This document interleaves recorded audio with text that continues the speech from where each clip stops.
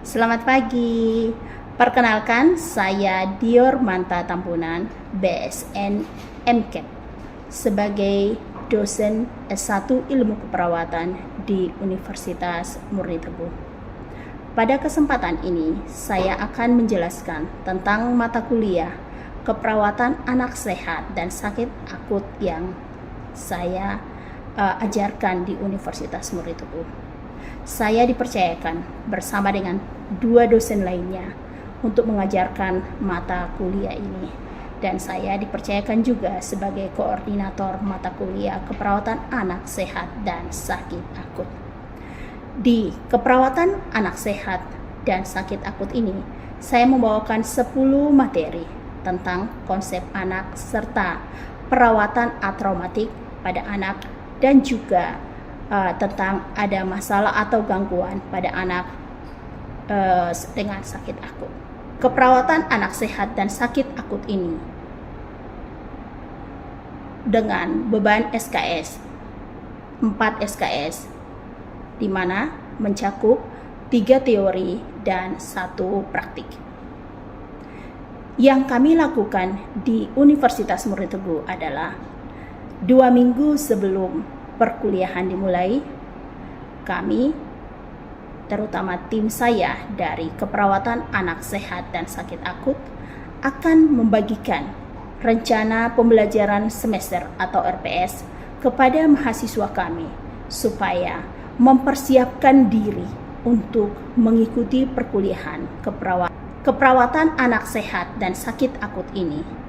Kami akan ajarkan dengan metode yang disebut dengan Direct Instruction Approach atau DIA di mana pendekatan ini mengenalkan materi-materi yang menarik dengan instruksi yang jelas serta terstruktur, dan dengan metode ini juga kami mengenalkan kepada mahasiswa bagaimana melakukan demonstrasi dan praktek pelaksanaan setiap prosedur untuk menangani setiap pasien anak, dengan harapan dengan mengasah skill dari anak didik kami supaya mereka melalui mata kuliah keperawatan anak sehat dan sakit akut ini bisa mendapatkan skill yang baik supaya mereka nanti dapat berkompetisi di lapangan kerja.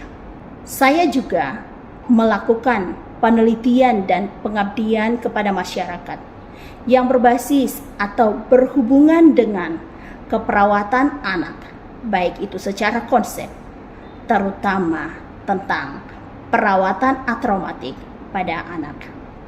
Dengan modal tersebut, saya bisa dikatakan mumpuni untuk mengajarkan mata kuliah keperawatan anak sehat dan sakit akut ini terhadap mahasiswa kami. Mungkin sampai di sini penjelasan saya tentang mata kuliah keperawatan anak sehat dan sakit akut. Nanti kita akan bertemu kembali di kelas untuk penjelasan dan pemaparan untuk materi selanjutnya. Saya ucapkan terima kasih banyak dan salam sehat. Selamat pagi adik-adik semua. Gimana hari ini? Baik. Yang tadi malam? Oke, berarti udah siap ya untuk pembelajaran kita hari ini. Nah, untuk pembelajaran hari kita ini khusus satu hal yang belum pernah sedikit didengar oleh anak-anak mahasiswa semua. Oke, nah sebelumnya, sekarang kita mengulas pembelajaran di minggu lalu. Ada yang ingat nggak? Ada. Oke, nah kalau sudah ada yang ingat, nah sekarang saya mau bertanya. Untuk pertanyaan pertama, family center care. Oke, ada yang bisa jawab? Oke, silakan. Family center care itu adalah perawatan anak yang melibatkan keluarga. Contohnya itu misalnya ada anak yang dirawat dengan leukemia, itu kan perawatan yang cukup panjang. Jadi keluarga sangat diperlukan dalam perawatan tersebut. Oh, Dewi, tepuk tangan dulu Dewi. Saya tambahkan ya,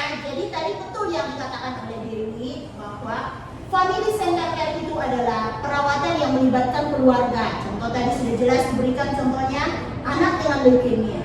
Nah, anak dengan leukemia itu kan perawatan jangka panjang. Berarti sejak di rumah sakit ibunya ataupun bapaknya siapa saja yang mendampingi anak tersebut harus dibekali bagaimana cara perawatan anak itu di rumah sakit supaya nanti bisa diteruskan ke rumah. Oke, selanjutnya cukup menarik ya. Yang kedua, traumatic care.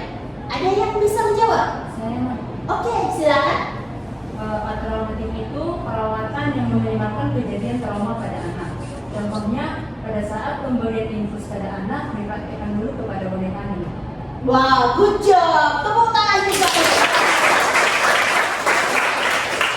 Sudah jelas ya, berarti ke minggu lalu benar-benar diperhatikan. Jadi, traumatic care itu adalah perawatan yang meminimalkan terjadinya trauma. Pengalaman traumatis salah satunya adalah mengurangi nyeri. Sama seperti tadi. Memasang infus itu cukup menyakitkan nggak? Ya, makanya dipraktekkan dulu ke boneka kesayangannya supaya dia itu nggak sakit, nggak nangis boneka aku, berarti aku juga bisa disuntik, pasang infus gitu ya. Kemudian selanjutnya pertanyaan ketiga cukup panjang, saya baca ya. Seorang anak usia 5 tahun sedang dirawat di ruang perawatan anak dengan diagnosa medis demam berdarah. Anak ingin pulang dan bertemu dengan teman sekolahnya. Apakah edukasi yang akan diberikan oleh perawat kepada anak dan keluarga dengan menerapkan family center care dan traumatic care? Oke, saya lempar kembali. Siapa yang bisa jawab? Saya Mem. Oke, silakan. Kita sebagai perawat bisa mengingatkan si anak dengan lembut bahwasanya dia harus masih dirawat. Karena jika si anak tidak dirawat, dia akan masih merasa lemah. Dan juga kita bisa dengan keluarga berkontribusi untuk menemani si anak untuk bermain bersama. Contohnya si anak bisa membawa mainannya ke rumah sakit, tapi jangan yang terlalu besar. Contohnya mainan Barbie untuk perempuan, puzzle, serta mainan robot-robotan untuk anak laki-laki. Dan juga kita bisa menanyakan kepada si anak permainan apa yang dia sukai, karena biasanya rumah sakit memfasilitasi permainan untuk anak. Oke, good job. Oke, tepuk tangan untuk saya tambahkan. Ya sudah cukup jelas tadi ya. Nah, di sini apa yang harus dilakukan adalah si anak ini kan usia 5 tahun, berarti dalam tahap prasekolah. Dia ingin sekali kembali bermain dengan teman-teman sekolahnya di mana? Di TK. Jadi apa yang ingin dia lakukan? Gak mau di rumah, pengen main. Boleh nggak ada infus, semuanya menyakitkan. Makanya peran kamu sebagai perawat adalah yang pertama adalah traumatic care. Jadi kaji dulu di rumah sakit tersebut ada tempat bermain ya. Kalau ada tempat bermain, jadwalkan ke orang yang mengatur jadwal bermain itu kapan anak ini bisa dijadwalkan sesuai dengan kondisi anak tersebut. Kalau tidak memungkinkan untuk dibawa ke tempat bermain yang difasilitasi di rumah sakit, berarti si perawat harus bisa meluangkan waktunya bersama dengan anak bermain atau didampingi oleh orang tua. Salah satunya juga jangan lupa orang tua harus diberdayakan juga. Bu, anak itu harus teman bermain supaya betah. Karena apa? Dia merindukan teman-temannya yang ada di sekolah. Oke. Nah, nggak mungkin kan anak usia 5 tahun teman-teman sekolahnya diizinkan ke rumah sakit karena tidak boleh. Oke, sudah cukup jelas. Nah, selanjutnya berarti sudah siap dong untuk quiz time? Oke, silakan buka semua handphonenya. Oke, quiz time. Buka di Google Form-nya. Oke, sudah saya kirim di Google di WhatsApp grupnya. Sudah saya kirim. Oke, waktunya 5 menit. Oke, dimulai.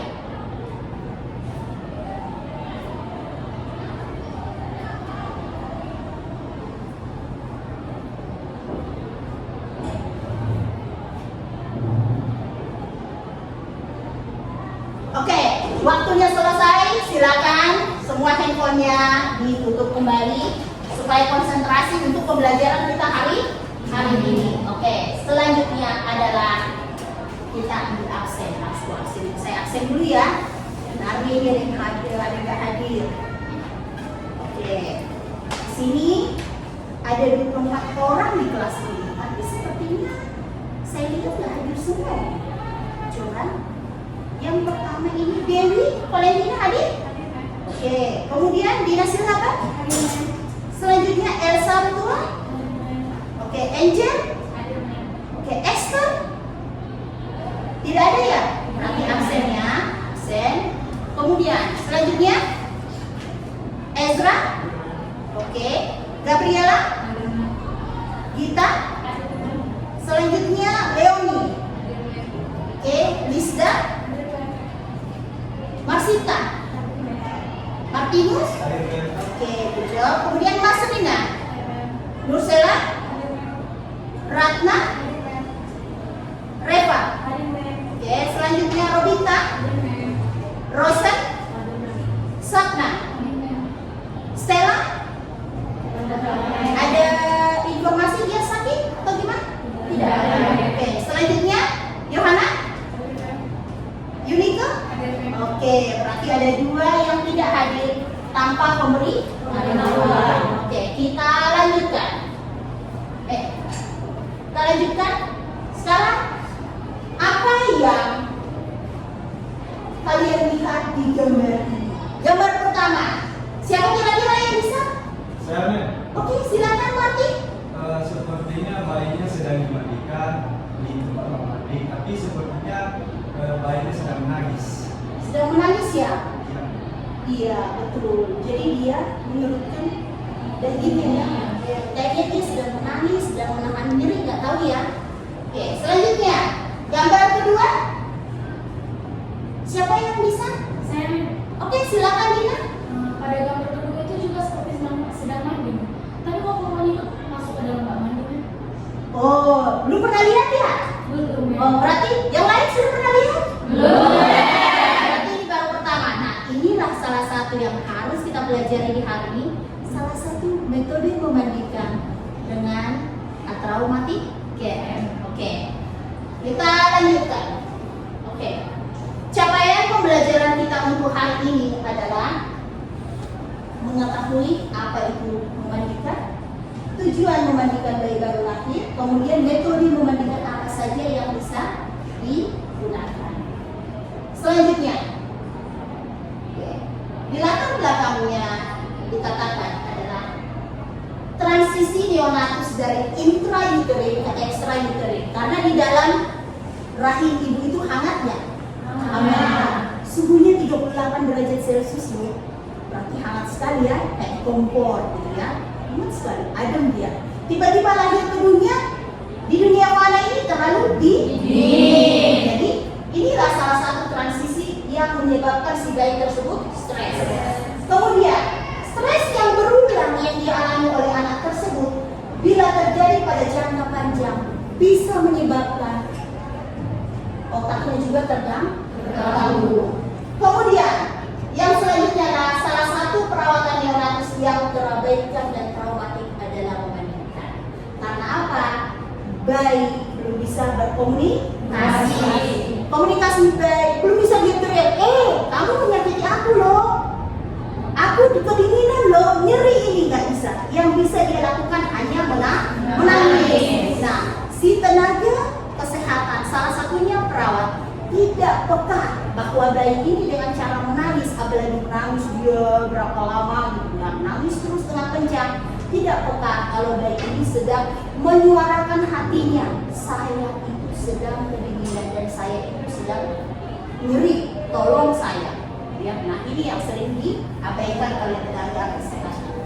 Oke, selanjutnya adalah memandikan adalah kegiatan sehari-hari yang dilakukan untuk perawatan diri yang gunanya untuk membersihkan kulit, kemudian melindungi lapisan luar tubuh, selanjutnya merangsang sirkulasi. Makanya kalau memandikan bayi jangan sering mandikan, nanti di punggungnya dipijat ya, bosan capek ya, pegel, makanya dia suka nangis juga, jadi pijit dia bagian belakangnya ketika dimandikan supaya melancarkan sirkulasi darah, kemudian memberikan rasa nyaman.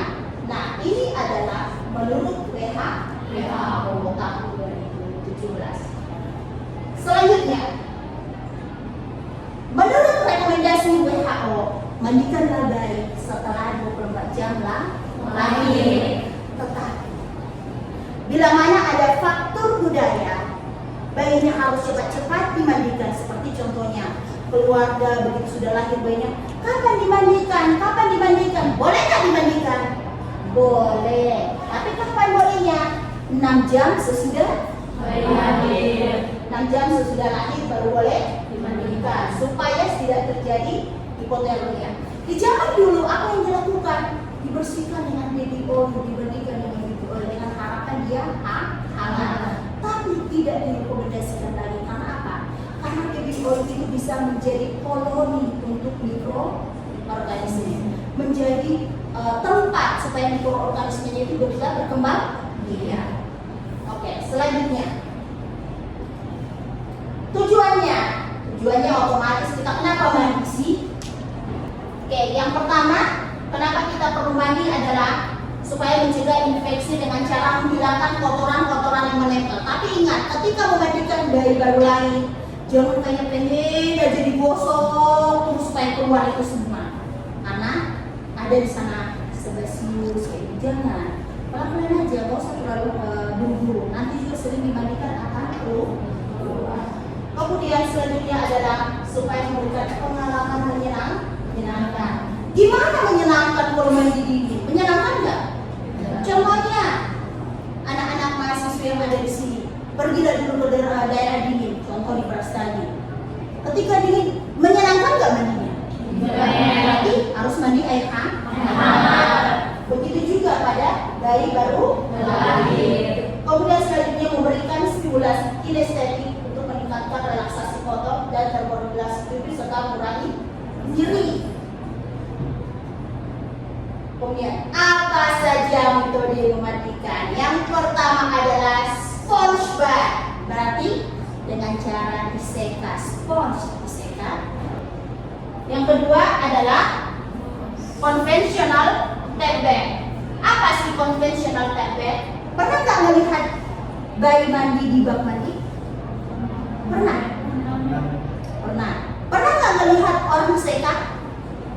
Pernah diseka dulu ya. Nah, yang sering terjadi adalah diseka baru dimasukkan ke bak Mandi. Kemudian yang satu lagi adalah sederhana. Nah, ini tadi yang dikatakan oleh Dina Silaban. Apa katanya? Kok kayaknya sampai pokok-pokoknya juga masuk ke mandinya. Nah, ini daya tahan saya kenalkan. Kemudian selanjutnya adalah sponge bath. Apa itu sponge bath? Ini tidak direkomendasikan lagi oleh WHO. Mengapa?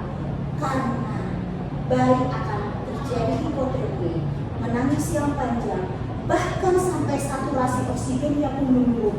Karena saat dimandikan, dia ditelanjangi, belum lagi suhu ruangannya belum tentu diatur, kemudian suhu tubuhnya tidak diukur sebelum mandi berapa, dan selanjutnya suhu airnya juga tidak diukur. Adik-adik tahu nggak di sini berapa sih suhu bak air mandi? Adik itu 37. Oke, nah yang betulnya adalah 37,7 sampai 38,3. Bak mandikan ada dua nanti, satu mobilah memandikan, satu untuk apa? Sabunin, satu untuk mobilas. Mobilasnya 38,3. Kemudian selanjutnya adalah apa yang terjadi di sini? Keseringan adalah bayi yang dimandikan dengan cara diseka tersebut, dia akan menangis lebih lama, saturasi oksigennya juga turun. Kemudian apa yang terjadi terutama pada bayi prematur, dia akan menangis panjang sampai ada yang sampai hipoksia. Oke. Kemudian konvensional tap bath, ini yang sering dilihat. Yang sering terjadi di Indonesia adalah diseka dulu baru dimasukkan ke bak mandi. Nah, amannya sih masukkan aja langsung ke bak mandinya, langsung mulai dari cuci mukanya sampai semua dimandikan. Nah, ini juga bisa terjadi saturasi oksigen yang menurun juga, hipotermia dan skala nyerinya meningkat. Nah, yang paling aman adalah sudah melebar, bayinya sudah dibuka semua kemudian dibalut dengan apa? Dengan kain bedong yang bersih. Oke, jangan dibedong ini aja, hanya sekedar balut aja. Baru masukkan ke bak mandi, kemudian dimandikan seperti memandikan pada konvensional dapur. Cuma ini sudah pakai bedong. Nah, apa yang terjadi? Ketika dia dibedong, sebelum dijatuhkan ke bak mandi dengan air tadi yang sudah dikukur suhunya, dipeluk dulu bayinya. Saya akan melindungi kamu, kamu tidak akan saya sakiti. Sudah meninggalkan pesan bahwa di otak belakangnya kamu tidak akan mengalami pengalaman trauma. Ya, di sini apa yang dikatakan di sini? Pendekatan ini adalah memperkecil stres psikologis dan fisik yang dialami oleh anak. Nah, inilah yang disebut dengan swaddle bath, memandikan dengan cara didorong. Kemudian selanjutnya adalah apa yang dikatakan respon neonatus terhadap trauma dapat ditunjukkan dengan adanya hipotermia. Dan hipotermia tersebut dikatakan menurut data merupakan penyebab kematian sebesar berapa? 20,5%. Karena si trauma tersebut dia mengalami nyeri, kemudian penurunan kadar oksigen dalam darah karena menangis terlalu lama. Kemudian, nah kesimpulan dari pembelajaran kita ini adalah mandi yang paling aman adalah mandi dengan cara dibedong, diseka tidak direkomendasikan, tetapi dibedong berarti dibalut dengan kain bedong. Kemudian suhu airnya diukur 37,7 sampai 38,3. Kemudian jangan lupa sebelum dimandikan ukur dulu tanda-tanda vitalnya, suhu tubuh, respirasi, pulse rate-nya, kemudian saturasi oksigennya dengan skala nyerinya sudah diukur. Baru nanti setelah itu bisa dimandikan. Setelah dimandikan, setelah mandi diukur lagi sebagai post test yang terakhir. Oke.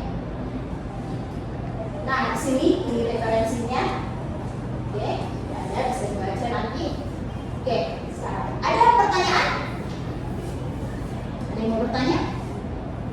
Silakan. Oke, silakan sana. Nggak usah, duduk aja. Baik, Mem. Apa saja yang dapat terjadi, Mem, kalau anak dimandikan di bak mandi bayi seperti yang dilakukan ibu-ibu yang punya anak sekarang?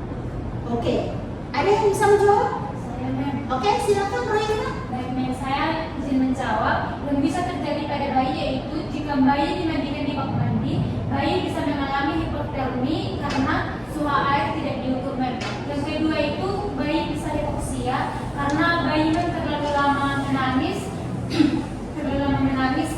karena kedinginan. Yang ketiga, Mem, nyerinya meningkat karena suhu air terlalu dingin. Oke, good job. Tepuk tangan dulu. Pertanyaan yang baik, Sapna. Oke, selanjutnya. Oke, silakan. Terima kasih atas kesempatannya, Mem. Saya Wasina Maria Mandorong yang bertanya. Di kampung kan, Mem, banyak ibu yang baru memandikan anaknya hanya seka-seka menggunakan muffler. Nah, sepanjang memandikan, anaknya selalu menangis. Kenapa sih itu bisa terjadi, Mem? Oke, pertanyaan yang bagus dari Mas Rina Manurung. Siapa yang bisa jawab? Saya, Mem. Oke, Yohana silakan. Menjawab dari pertanyaan saudari Wasina. Di sini karena ibu terjadinya evaporasi serta konveksi dan juga radiasi penguapan. Lalu kemudian suhu tubuh pada bayi tidak diukur sebelum dimandikan, lalu suhu air pada bayi tidak diukur sebelum dimandikan, dan juga suhu ruangan tidak diukur sebelum dimandikan. Oke, good job untuk Yohana. Oke, tepuk tangan untuk Yohana. Sekarang, apa sih tadi sudah saya selintas? Oke, evaporasi berarti terjadi penguapan. Kenapa? Ditelanjangi dia. Nah, belum lagi radiasi. Radiasi apa yang terjadi? Dingin tempat mandinya. Konveksi, apa yang terjadi dengan konveksi? Nggak diukur, nggak ditutup tuh jendela. Dingin, kampung namanya ya.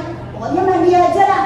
Yang penting selesai mandi, dingin, penting nangis, nggak apa-apa, yang penting selesai mandi, selesai kerjaan. Itu yang selalu tidak diperhatikan oleh ibu. Mungkin juga si tenaga kesehatan tidak mengetahui ibu tersebut. Oke. Pertanyaan terakhir mungkin ada? Saya Mem. Oke, Yunike silakan. Terima kasih kesempatan yang diberikan kepada saya Mem. Kenapa saya Yunike Agnes Bakun, izin bertanya Mem. Kalau RS-nya di kampung Mem dan sarana-prasarananya terbatas, apakah efektif melakukan Swedelback? Oke, di kampung, kasusnya di kampung. Oke, siapa yang bisa menjawab? Saya Mem. Oke, silakan Robinta. Izin menjawab Mem. Kalau itu bisa dikatakan efektif dengan kita bisa melibatkan orang tua untuk membawa pembelajaran ekstra, serta kita juga bisa melibatkan orang tua untuk memandikan si bayi dengan metode Swedelback. Oke, good job untuk Robinta. Sekarang kan sama tadi kampungnya, laundrynya, lampunya, listriknya mungkin Senin Kemis ya, agak susah. Kemudian fasilitasnya minim. Nah, apa yang dilakukan? Berdayakan keluarga, minta membawa bedong ekstra, kemudian sambil diajari orang tua atau si pengasuh bayi, baik ibunya atau neneknya yang akan mengasuh nanti di rumah, supaya diajarkan cara memandikan yang aman dengan metode Swedelback. Jadi Swedelback itu yang harus direkomendasikan sekarang. Gak apa-apa, tapi bayinya juga tidak mengalami trauma. Oke. Nah, selanjutnya sudah bertanya, sudah semua, sudah pintar-pintar semuanya. Sekarang kita quiz time, post test. Oke, silakan buka handphonenya. Handphonenya. Oke. Sudah? Link yang sudah di WhatsApp ya, sudah? Oke, waktunya 5 menit.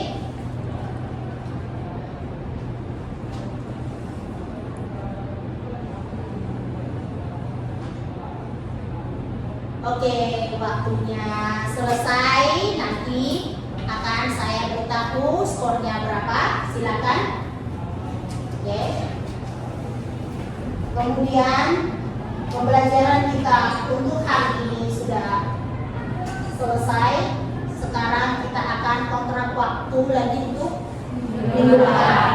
Nah, yang ada di sini semua saya harapkan tolong dibaca topik ini untuk pertemuan minggu depan.